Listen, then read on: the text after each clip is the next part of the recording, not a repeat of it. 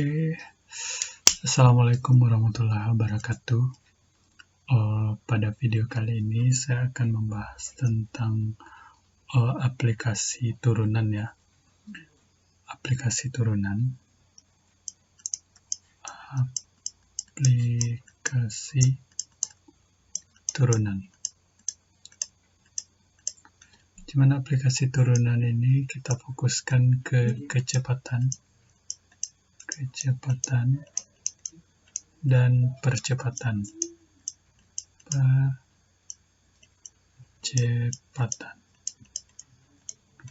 Kecepatan kita simbolkan dengan V, sementara percepatan kita simbolkan dengan A.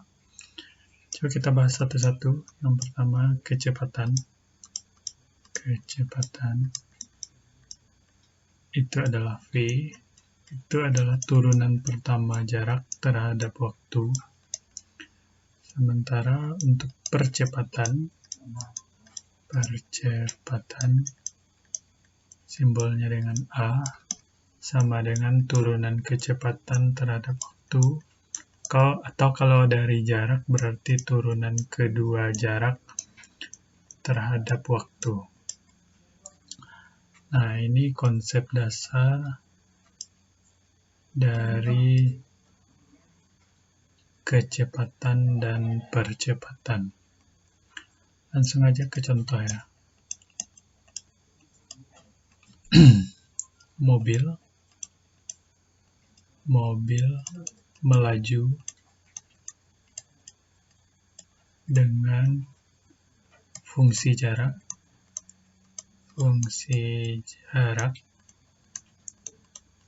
yaitu S sama dengan T pangkat 3 dikurang 12T kuadrat ditambah 36T di 36T dikurang 30. Pertama yang bisa kita cari yaitu kapan mobil berhenti.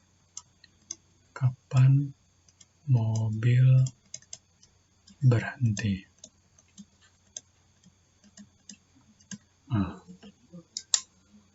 Kalau kapan mobil berhenti yang ditanya, artinya di sini kapan kecepatannya sama dengan 0. Berarti yang ditanya di sini kapan V-nya itu sama dengan 0. Nah, V sama-sama kita ketahui tadi adalah turunan pertama jarak terhadap waktu. ds per dt sama dengan 0. Artinya tinggal kita turunkan aja fungsi jaraknya ini terhadap waktu. Berarti turunannya 3T kuadrat dikurang 24T ditambah 36 sama dengan 0. Tinggal kita sederhanakan dengan membagi 3, berarti hasil akhirnya T kuadrat dikurang 8T ditambah 12 sama dengan 0. Fungsi terakhir ini tinggal kita faktorkan. T dikurang 2 dan T dikurang 6 sama dengan 0. Di sini berarti nilai T sama dengan 2 atau satu lagi T sama dengan 6. Artinya di sini mobil berhenti saat waktunya 2 detik atau 6 detik. Nah, ini untuk pertanyaan A. Untuk pertanyaan B,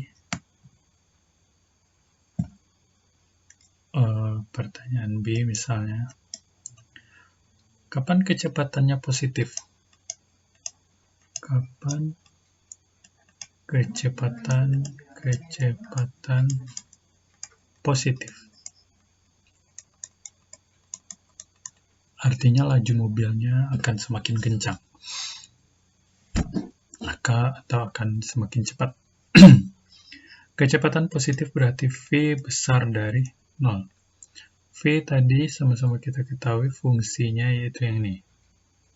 fungsi jarak, fungsi kecepatannya terhadap waktu, tinggal ambil aja T kuadrat dikurang 8T ditambah 12 besar dari 0.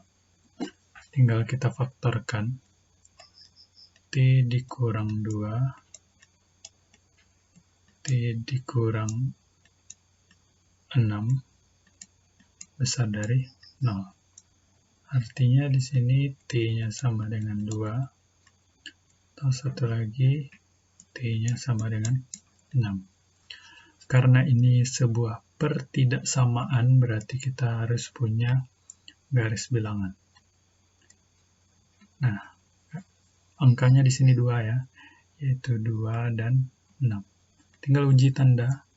Kita uji titik 0. Kita masukkan 0 kuadrat dikurang 8 kali 0 tambah 12. Artinya di sini positif. Otomatis sini negatif, sini positif. Karena di sini yang kita ambil besar dari 0, berarti yang kita ambil nilai positifnya. Berarti kecepatannya selalu positif saat T-nya kecil dari 2 atau T-nya besar dari 6. Nah, pertanyaan C. Saya punya pertanyaan C, yaitu kapan kecepatannya turun, alias kecepatan negatif. Yaitu saat V-nya kecil dari 0. Lalu saat V-nya kecil dari 0 berarti kebalikan dari ini. Berarti yang kita ambil adalah daerah negatifnya. Berarti langsung aja di sini, berarti kecepatan negatif saat T-nya besar dari 2 tapi kecil dari 6. Nah, ini untuk kecepatan negatif. Lantas pertanyaan D misalnya, kapan percepatannya positif? Percepatan positif. Percepatan positif yaitu saat A-nya besar dari 0. A tadi adalah turunan pertama dari kecepatan. Kecepatan fungsinya yang ini tadi ya. T kuadrat dikurang 8T tambah 12. Tinggal kita turunkan, berarti hasil turunannya 2T dikurang 8 itu besar dari 0. Berarti 2T besar dari 8, berarti T besar dari 4. Ini percepatannya positif, yaitu saat T-nya besar dari 0. Saya harap semuanya paham tentang materi ini. Oke, kita masuk pada materi baru, yaitu tentang turunan implisit. Turunan implisit. Ini adalah salah satu subbab dari materi turunan juga. Sebelum kita masuk ke turunan implisitnya, kita harus mengenal dua fungsi dulu. Pertama, fungsi implisit. Yang kedua ada namanya fungsi eksplisit. Fungsi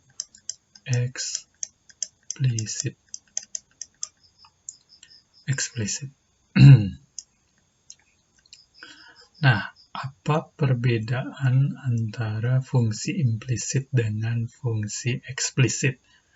Perbedaannya terletak pada letak dari variabelnya. Kalau fungsi implisit, variabel bebas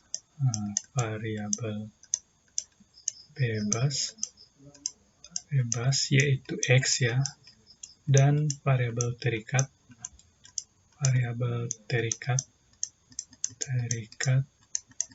yaitu Y, berada pada ruas yang sama.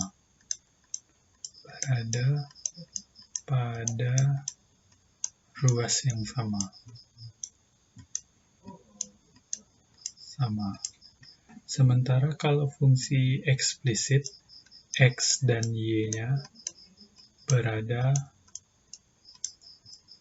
pada ruas yang berbeda. Yang berbeda. Nah, ini perbedaannya. Nah, gimana untuk contohnya? Contoh ya.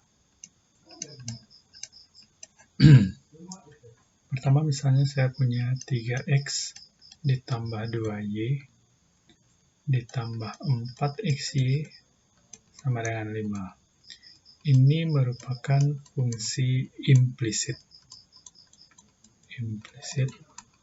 Kenapa? Karena variabel bebas dan terikatnya yaitu x dan y berada pada ruas kiri semuanya. Sementara kalau fungsi eksplisit, contohnya misalnya persamaan garis saja lah kita ambil. Yaitu y sama dengan 4x dikurang 8 misalnya. Ini merupakan fungsi eksplisit. Nah, ini perbedaannya. Nah, ini konsep dasar dari fungsi implisit dan fungsi eksplisit. Ini sekedar konsep aja. Kita masuk ke turunan implisit itu sendiri. Maksudnya turunan implisit ini saat misalnya ini, bagaimana cara menurunkan kalau variabel bebas dan terikatnya berada pada ruas yang sama, misalnya terdapat perkalian misalnya.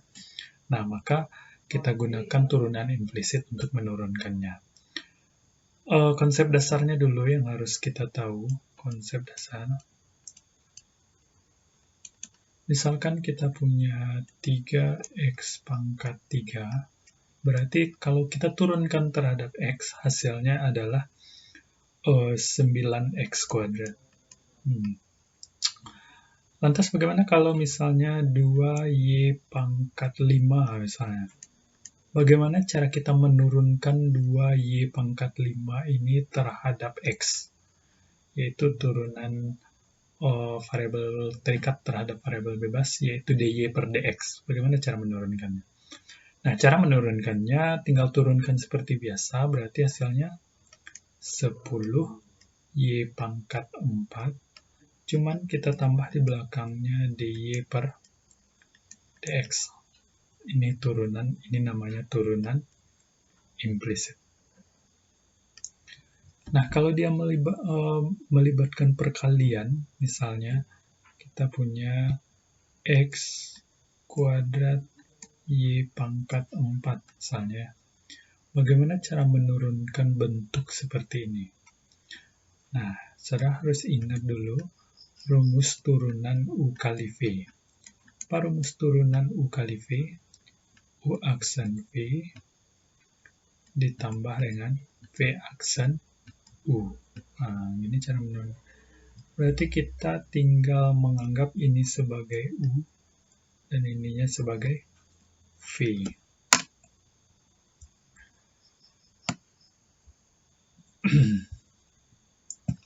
Nah, jika kita misalkan U sama dengan X kuadrat, berarti U aksen sama dengan 2X. Sementara kalau V-nya sama dengan Y pangkat 4, berarti V aksennya sama dengan 4Y pangkat 3 ya, dikasih dy per dx. Nah, ini tinggal kita substitusi aja ke sana. Berarti hasilnya U aksen V, U aksennya 2X ya. 2X dikali dengan V.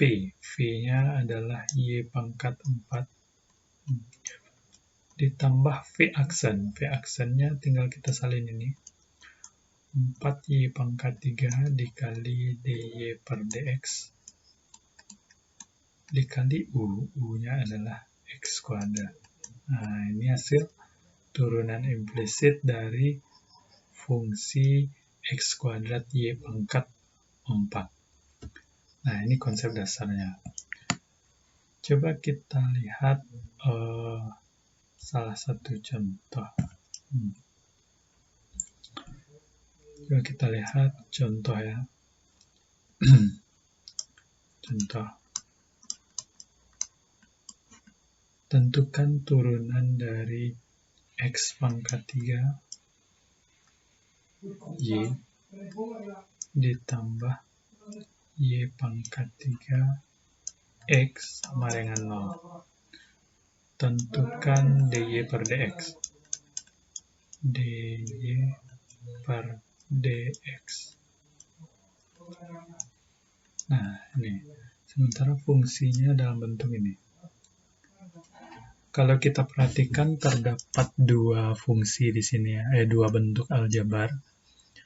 Bentuk pertama yaitu X pangkat 3 dikali Y, dan satu lagi Y pangkat 3 dikali X. Kita kerjakan satu-satu yang di ruas kiri dulu. Ini kita misalkan dengan U, dan ini kita misalkan dengan V. Nah, U aksen V ditambah V aksen U. Ditambah ini juga sama, berarti ini yang kita misalkan dengan U, ini yang kita misalkan dengan V. Nah, U aksen V ditambah V aksen U sama dengan 0. Sekarang yang pertama, U aksennya berarti turunan dari yang ini. Berarti 3x kuadrat dikali dengan V. V-nya tetap kita tulis Y ditambah V aksen. Nah, V aksennya kan V-nya Y. Berarti kalau V aksennya berarti 1 dikali dy per dx. Dikali dengan U. U-nya adalah X pangkat 3. Nah, ini bentuk yang di kiri. Bentuk yang di kanan lagi, U aksennya, U-nya adalah Y pangkat 3. Berarti U aksennya 3Y kuadrat kali dy per dx dikali dengan V. V-nya adalah X ditambah V aksennya adalah 1 dikali dengan U. U-nya adalah Y pangkat 3 sama dengan 0. Ini hasil sebelah kanan. Tinggal kita bentuk. Ini berarti artinya 3x kuadrat Y ditambah, kalau ini X pangkat 3 dy per dx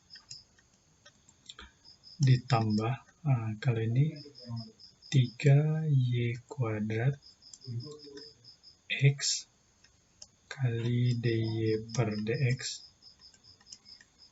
ditambah y pangkat 3 sama dengan 0.